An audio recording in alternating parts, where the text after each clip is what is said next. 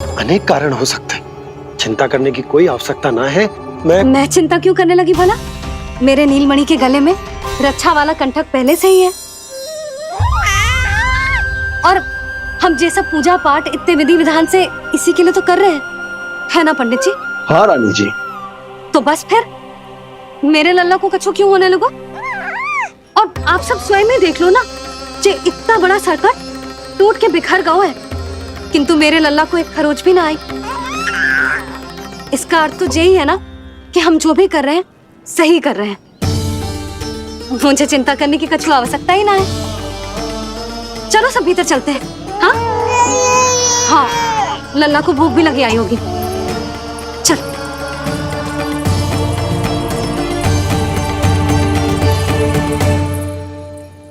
नंदराज जी, अब हमें भी आज्ञा दीजिए। प्रणाम पंडित जी। ध्यान कहाँ था तुम दोनों का? और अधिक सावधान रहने की आवश्यकता थी ना। क्षमा कीजिए नंदराज।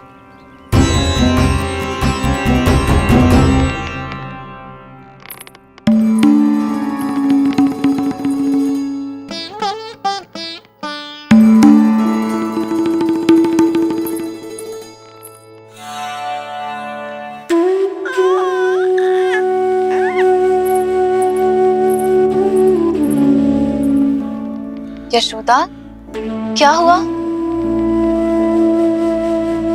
बोलो ना, क्या सोच रही हो?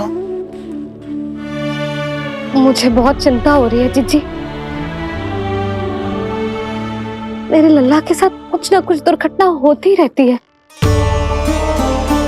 अरे, अभी बाहर ही तुम सबको समझा रही थी, अब भीतर आते ही क्या हो गया तुम्हें?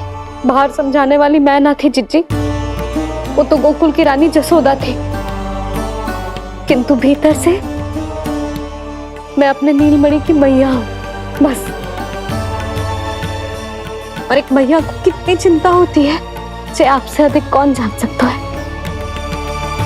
बहुत बड़ा धक्का लगा है मैया को इस घटना से। अब तो ये मेरी रक्षा के लिए और भी अधिक चिंतित हो जाएंगी।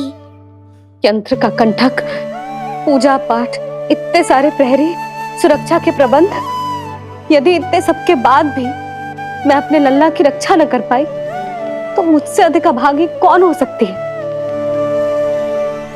मैं तुम्हारे मन की दशा समझती हूँ यशोदा। इसी चिंता के कारण ही तो मैंने आज तक अपने पुत्र को छुपा कर रखा है। मैं जानती हूँ जीजी, मैं समझती हूँ। मैंने तो नीलमणि के लिए इतने सारे संस्कार भी करो है, पूजा पाठ की है, किंतु मैंने तो आज तक अपने पुत्र का एक भी संस्कार नहीं किया है। आंसू पोंछ लीजिए बड़ी माँ, शीघ्र ही सब कुछ ठीक हो जाएगा। जब मैंने उसे जन्म दिया, उसके बाद से आज तक न उसे घर के बाहर लाई हूँ, न कोई संस्कार किया है। मैं तो उसका नामकरण भी नहीं करवा पाई हूँ यशोदा।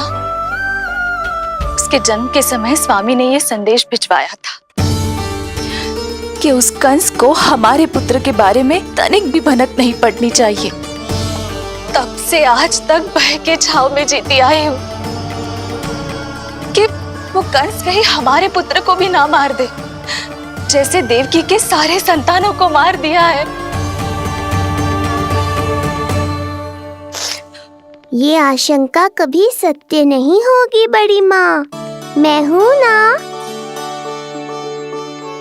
माँ अपनी संतान के मन की बात बिना कहे ही समझ जाती है।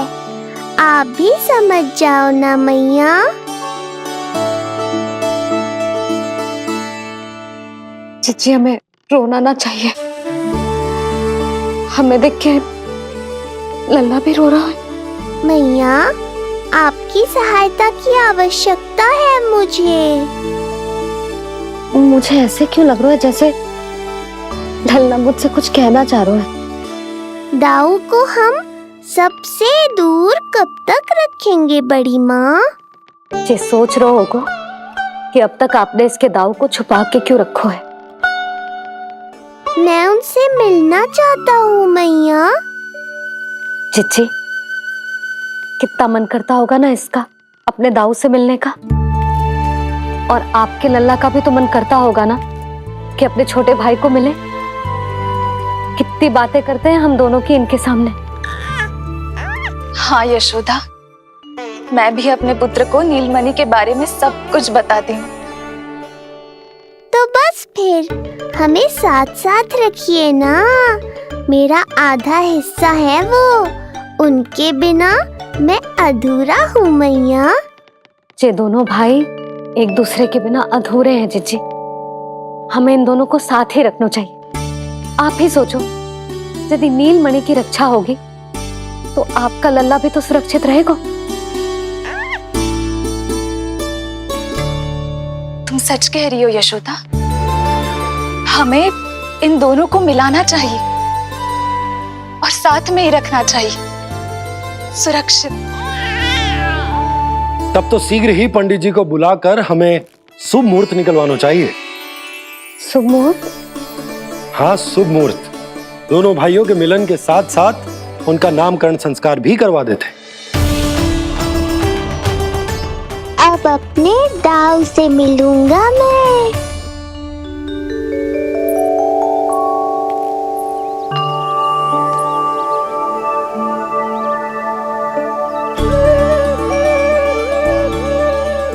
ऋषिवर की दिव्य आभा के कारण ये वातावरण कितना शुद्ध, कितना पवित्र लग रहा है ना। हाँ देवकी, इनका तेज ही ऐसा है कि इनके निकट केवल पवित्रता ही वास कर पाती है। किसी भी प्रकार की दुष्टता इनके पास जाने से पहले ही नष्ट हो जाती है।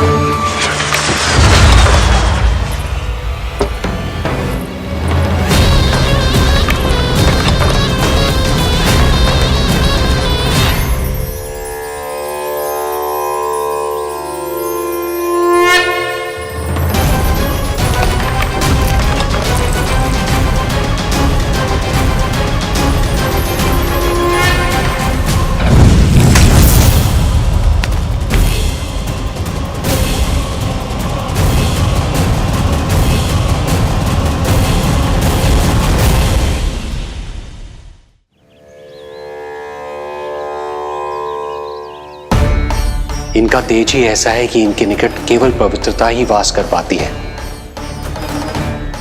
किसी भी प्रकार की दुष्टता इनके पास जाने से पहले ही नष्ट हो जाती है। यदि महर्षि की इच्छा के बिना मैंने भीतर प्रवेश किया तो कहीं ये मुझे श्राप ना दे दे। नहीं, इससे तो अच्छा है कि मैं यहीं आश्रम के बाहर रुकूं और यहीं से इन दोनों पर दृष्टि रखूं।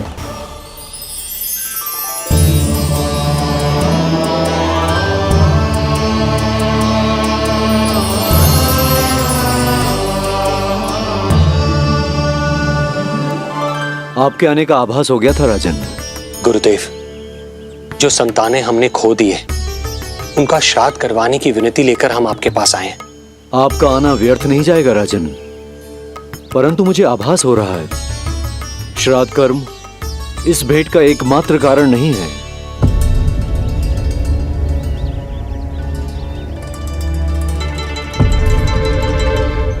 आपको उसकी या कंस की चिंता करने की कोई आवश्यकता नहीं है। निश्चिंत होकर बताइए कि आपकी इच्छा क्या है। गुरुदेव, वर्तमान में मेरी प्रथम पत्नी रोहिणी पुत्र सहित गोकुल में निवास कर रही है। हमारे उस पुत्र का और भाभी यशोदा के पुत्र का नामकरण संस्कार करवा दीजिए। बस यही हमारा सौभाग्य होगा। मुझे कुछ सुनाई क्यों नहीं दे रहा है? देवी रोहिणी से उत्पन्न आपका पुत्र यादव कुल का राजकुमार है और यादवों का गुरु होने के नाते उसका संस्कार कराना हमारा कर्तव्य है। परंतु यशोदा पुत्र का नामकरण वो आप मुझसे क्यों करवाना चाहते हैं?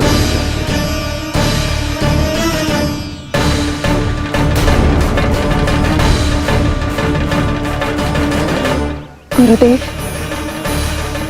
सत्य ये है कि रुक क्यों गई रानी देवकी? आपके मन में जो कुछ है कहिए। ये कैसी दुविधा में फंस गया मैं।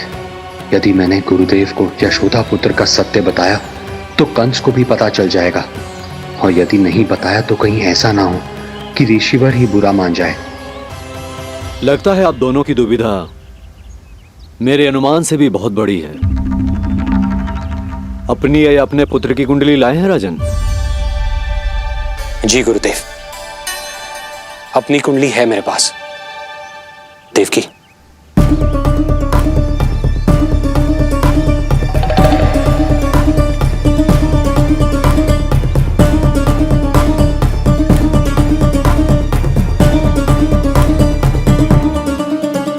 जो रहस्य आप नहीं बता पा रहे हैं राजन, वो ये कुंडली बताएगी।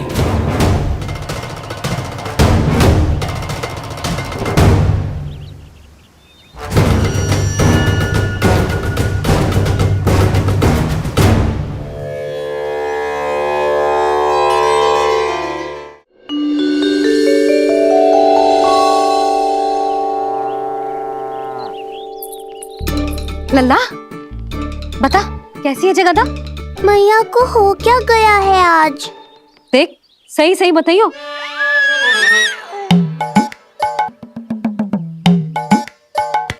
अच्छी है ना?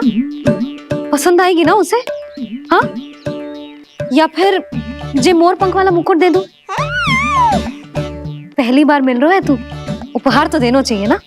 पर बड़े तो वो है ना मैया, उपहार तो वो देंगे मुझे।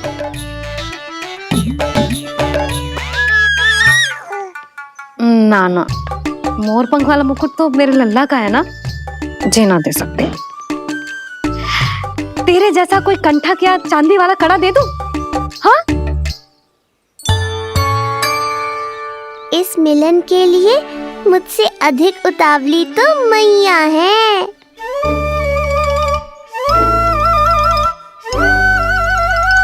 अच्छा, जे उपहार छोड़,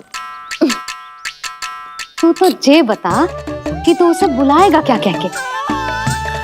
अन्य सभी के जैसे बड़े भैया या गांव वालों के जैसे दद्दा बुलाएगो, या फिर बड़े नगरों में जैसे बुलाते हैं ज्येष्ठ भ्राता बुलाएगो, या फिर प्रेम से बुलाएगो दाऊ बुलाएगो ना?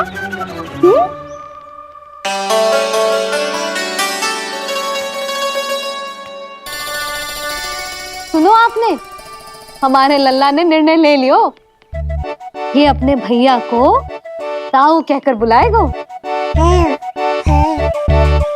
अरे वाह, लल्ला ने बोलना भले ही ना सीखो, परंतु तुम्हें बता दियो। और नहीं तो क्या, लल्ला कुछ कहे ना कहे माँ तो समझ जाती है ना लल्ला?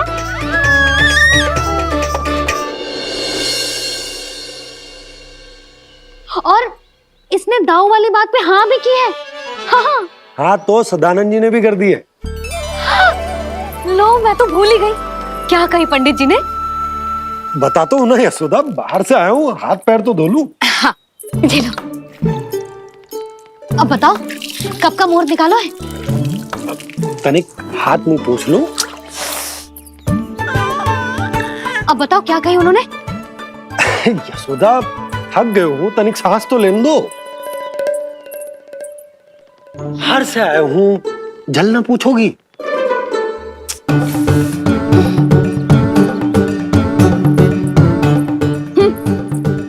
अब बता दो जी।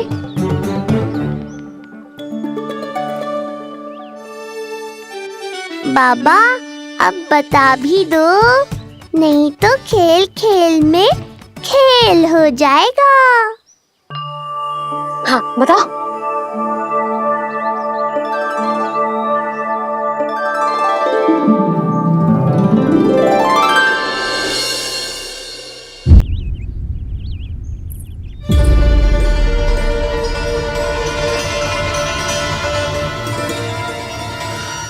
क्या रहा है वहां? ये क्या दिया है राजकुमारी ने?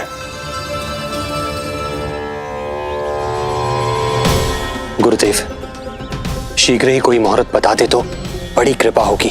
नंद महाराज, अब क्या नामकरण का मुहूर्त भी मुहूर्त निकाल के बताओगे आप? हैं?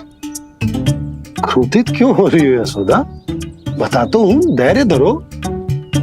हाथ मुंह धो लिया, जल पी लिया, विश्राम कर लिया, अब कितनी प्रतीक्षा करवाओगे? हैं? मैं सब समझ रही हूँ, आप जानबूझ के मुझे सताने के लिए ना बता रहे। मैया कितनी भोली है बाबा, आप क्यों सता रहे हो उन्हें? बस बस बस, इतना भावुक होने की आवश्यकता ना है।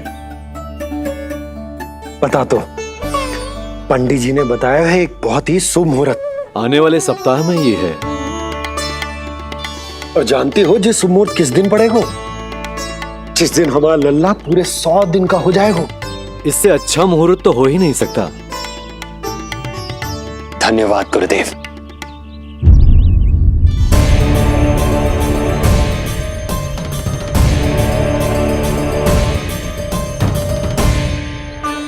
क्या हुआ गुरुदेव?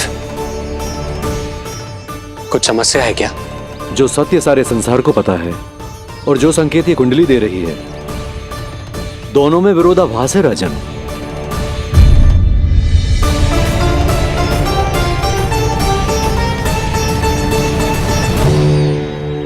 मैंने कहा ना राजन, उसकी चिंता करने की आवश्यकता नहीं है।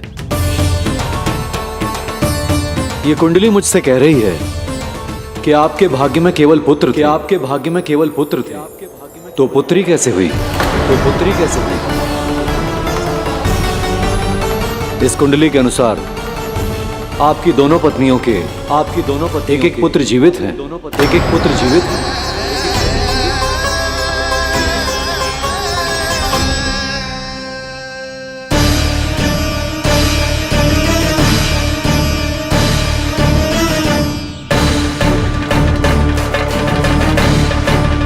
देवकी, गुरुदेव मैं कुछ कैसे? कहने की आवश्यकता नहीं है राजन, मैं जानता हूं मेरे प्रश्नों के उत्तर कहां मिलेंगे। अरे कौन से प्रश्न और कैसे उत्तर? किस बारे में बात कर रहे हैं? ये लोग जो भी बात कर रहे हैं वो मुझे सुनाई क्यों नहीं दी? सही समय की प्रतीक्षा कीजिए राजन, आपके दोनों कार्य पूर्ण होंगे।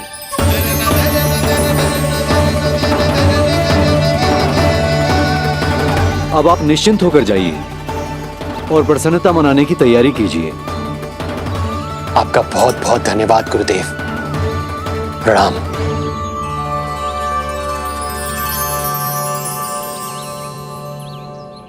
सच्ची? पहले नारायण को धन्यवाद दूं कि लल्ला को सूचना दूं? कुछ समझ में ना आ रहा। लल्ला मैं अभी आया।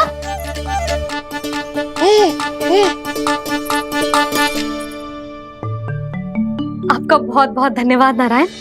अब शीघ्र ही मेरे लल्ला और उसके दाऊ को उनके नाम मिल जाएंगे, वो नाम जिससे वे पूरे संसार में पहचाने जाएंगे। अब लल्ला को बताती हूँ। लल्ला, तू जैसे ही 100 दिवस का हो जाएगा, तेरा और तेरे दाऊ का नामकरण हो जाएगा। हाँ हाँ, किंतु आपने तो बताओ ही ना, हम इन दोनों को मिलवा कब सकते हैं? क्या देख रहे हो, बताओ तो। यशोदा, पंडित जी ने कही कि दोनों भाइयों को मिलवाने के लिए कोई मुहूर्त की आवश्यकता ना है, तो हम चाहें तो इन्हें आज भी मिलवा सकते हैं। लल्ला सुनो तूने, तू आज ही अपने दाऊ से मिल सकते है। मैं अभी सारी तैयारियां करती हूँ। भव्य मिलन होगा गोकुल में, भव्य मिलन। कुंडली के अनुसार इन दोनों के 8 पुत्रों में से 2 जीवित बचे हैं। पहला तो रोहिणी पुत्र है, पर दूसरा कौन है? और वो कन्या कौन थी जिसे कंस ने मारा था? वासुदेव की कुंडली में अभी तक पुत्री योग बना ही नहीं है।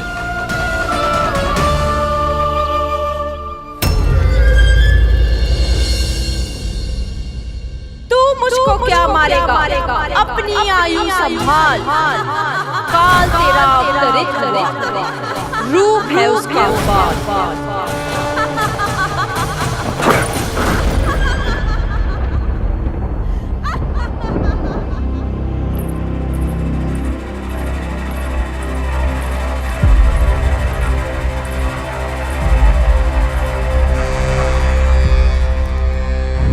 आधी रात को इस तरह से उठकर बैठे हुए हैं आप स्वामी।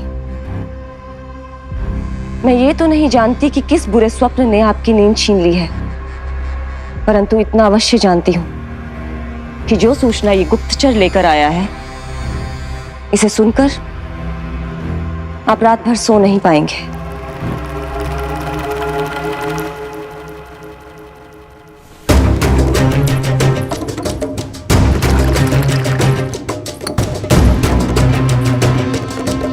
क्या सूचना है?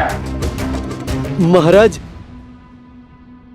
उत्कच मारा गया, उत्कच मारा गया, उत्कच मारा गया।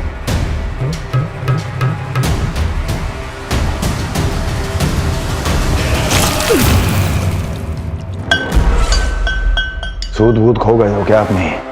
जो दिखता ही नहीं उसे मारा कैसे जा सकता है? इसने स्वयं देखा था महाराज। जिस शकट में समाकर शक्तासुर उस बालक को कुचलने वाला था, आपके शत्रु ने उसी शकट को चकनाचूर कर दिया।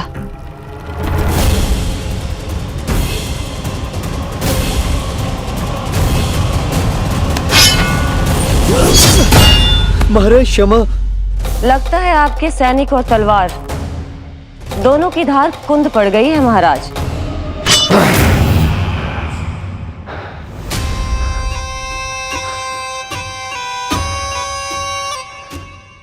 इस तलवार की धार पर अब तभी विश्वास दृढ़ होगा जब ये उस बालक के रक्त से स्नान कर लेगी।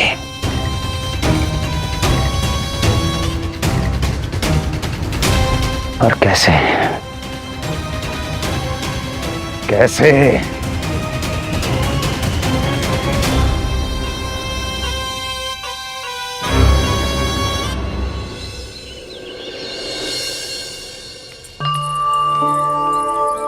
कैसी लगी तुझे दाऊ से मिलने की तैयारी?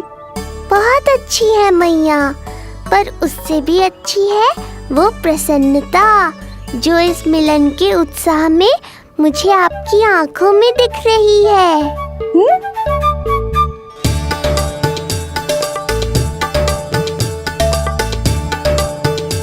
यशोदा, तुमने तो दो भाइयों के मिलन को भी त्योहार बना दिया। हाँ तो ये किसी त्योहार से कम थोड़ी ना है। ये शुभ दिन दोनों भाई के मिलन को पूरा गांव देखेगो। तो फिर अब बड़ी मैया को बुलाओ ना मैया। यशोदा जी, रोहिणी जीजी इतनी प्रतीक्षा क्यों करवा रही है? इतने दिवस से छुपा के रखे हो लल्ला को, अब तो शीघ्रता करनी चाहिए ना, है ना भाभी? प्रतीक्षा अवश्य की है, किंतु फल भी तो मीठा मिलेगा। आती होंगी रोहिणी जीजी।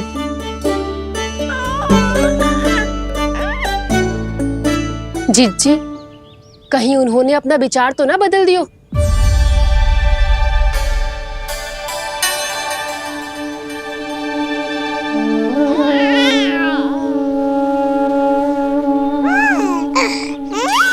कितनी शीघ्र चिंतित हो जाते हो आप सब। देखो आ रहे हैं वो। लाल छुपा रखने को विवश थी नियति की सताई, भूल के भय माज प्रभु की जग सम्मुख है लाई।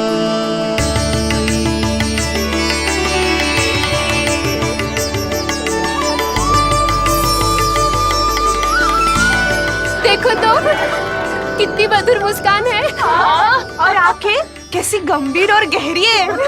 अरे अरे, ये तो हमारी नीलमणि की तरह सुंदर भी है।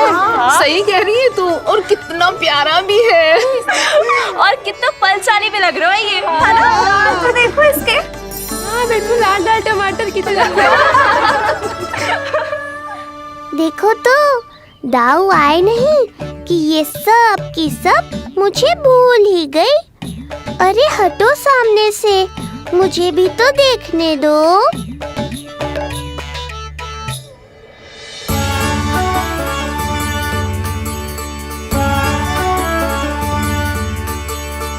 मैया सहायता करो ना।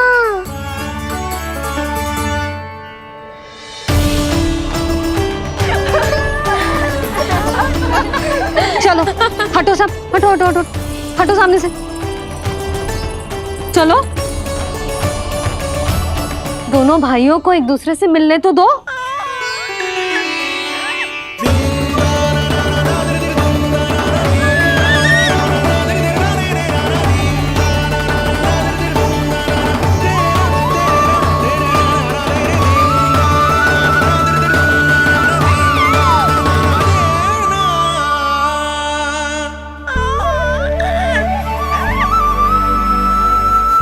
चल लल्ला, चल आजा।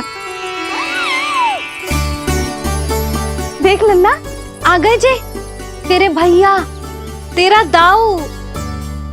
जी भर के बातें करो और निहारो एक दूसरे को।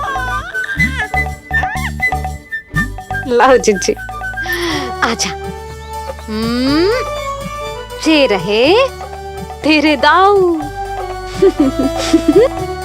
आओ जिज्जी।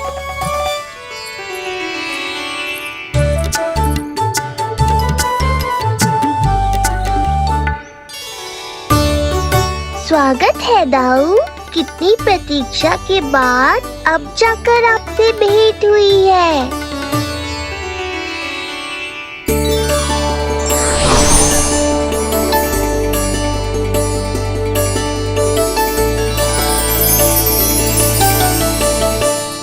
क्या हुआ दाऊ, मुझे पहचान नहीं पा रहे? कितनी देर लगाओगे दाऊ? अब तो पहचान लो, छोटा भाई हूँ आपका।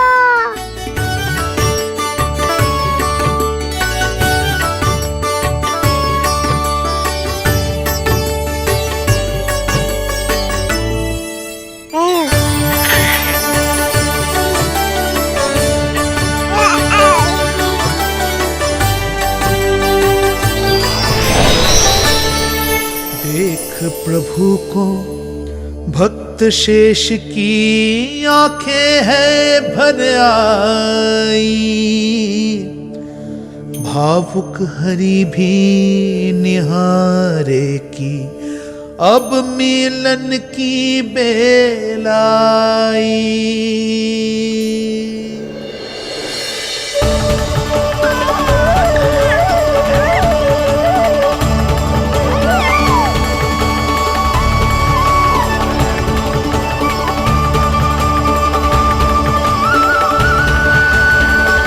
प्रभु, आपके दर्शन पाकर मैं धन्य हो गया।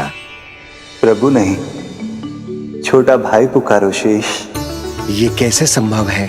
आप नारायण हैं, मेरे प्रभु। ये जानते हुए भी मैं आपसे बड़ा कैसे बन सकता हूँ? हर दुविधा की तरह इसका भी समाधान है शेष। अब तो हम एक दूसरे से मिल भी चुके हैं। पृथ्वी पर हमारा सूत्र जुड़ चुका है, इसलिए समय के साथ तुम ये भूल जाओगे कि तुम्हारा ये भाई मेरा ही अवतार है। ये क्या कह रहे हैं प्रभु? वही जो आवश्यक है, नहीं तो तुम नीलमणि के बड़े भाई होने का कर्तव्य कैसे निभाओगे? कैसे डांटोगे मुझे? और बड़े होने के नाते मुझ पर अधिकार कैसे दिखाओगे? पर प्रभु, पर किंतु परंतु ये सब भूल जाओ शेष। आज से इसी क्षण से मैं हूं तुम्हारा छोटा भाई और तुम मेरे ताऊ। मैं हूं तुम्हारा छोटा भाई और तुम मेरे ताऊ। नारायण नारायण दाऊ। दोनों इतने सुंदर लग रहे